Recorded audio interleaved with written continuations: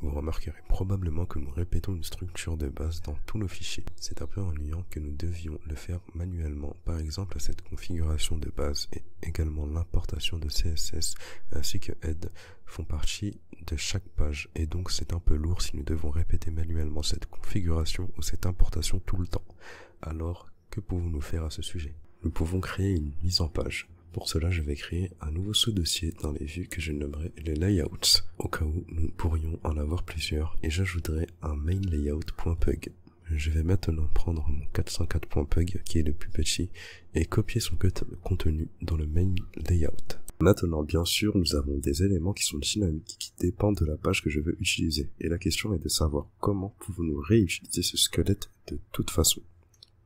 Eh bien, nous pouvons étendre ce layout à partir de nos autres vues de Pug et nous pouvons en faire définir des espaces réservés, des hooks dans ce layout où d'autres vues peuvent ensuite entrer leur contenu.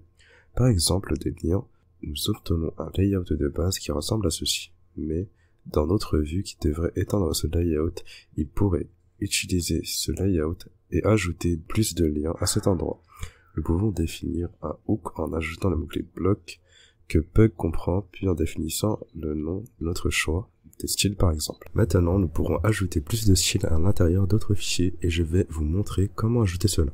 Je vais également supprimer ce lien actif parce que je n'ai aucune hypothèse sur ce qui est actif. Maintenant, le contenu sous head est également dynamique et je réserverai à nouveau un bloc que je nommerai content, mais vous pouvez l'appeler comme vous voulez.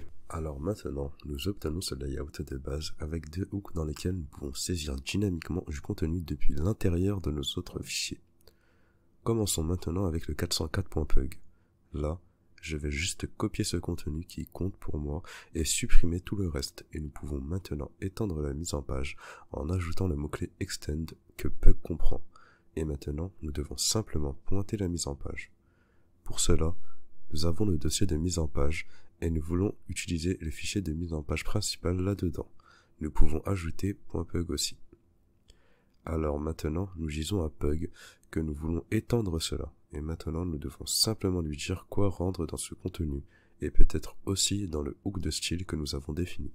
Pour les styles, je n'ai besoin d'aucun paramètre spécial, mais pour le bloc de contenu, je vais entrer mon propre contenu personnalisé. Et je le fais en tapant à nouveau le contenu du bloc, mais maintenant, depuis que j'étends une mise en page, cela ne définira pas un hook, mais en fait, permettez-moi d'ajouter du contenu dans cette mise en page, puis de le mettre en retrait.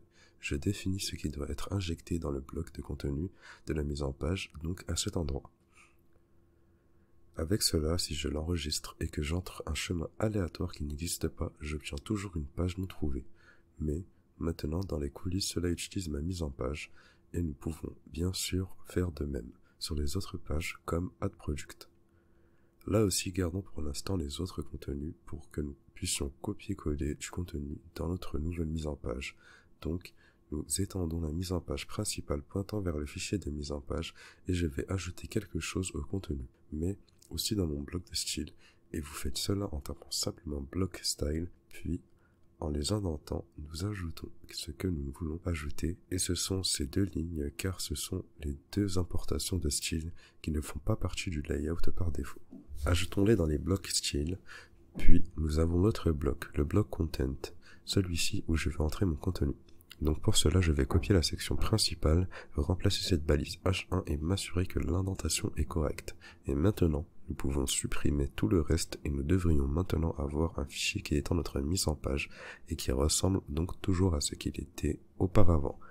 Mais maintenant, il utilise cette approche plus concise, ce qui garantit également que si nous changeons quelque chose dans la mise en page, cela va le changer dans tous les fichiers, mais en le faisant seulement dans ce fichier de main layout. Et les autres fichiers obtiendront automatiquement la modification. Donc, allons dans AddProduct, et cela a l'air bien. Le style est bon, donc tous ces styles sont importés comme vous pouvez le voir, et ils ressemblent presque à avant. Nous avons cette classe active manquante, nous ne voyons pas que AddProduct est le lien actif, et cela a du sens, car dans le main layout, nous ne supposons pas ce qui est actif. La question est de savoir comment définir cela de manière dynamique.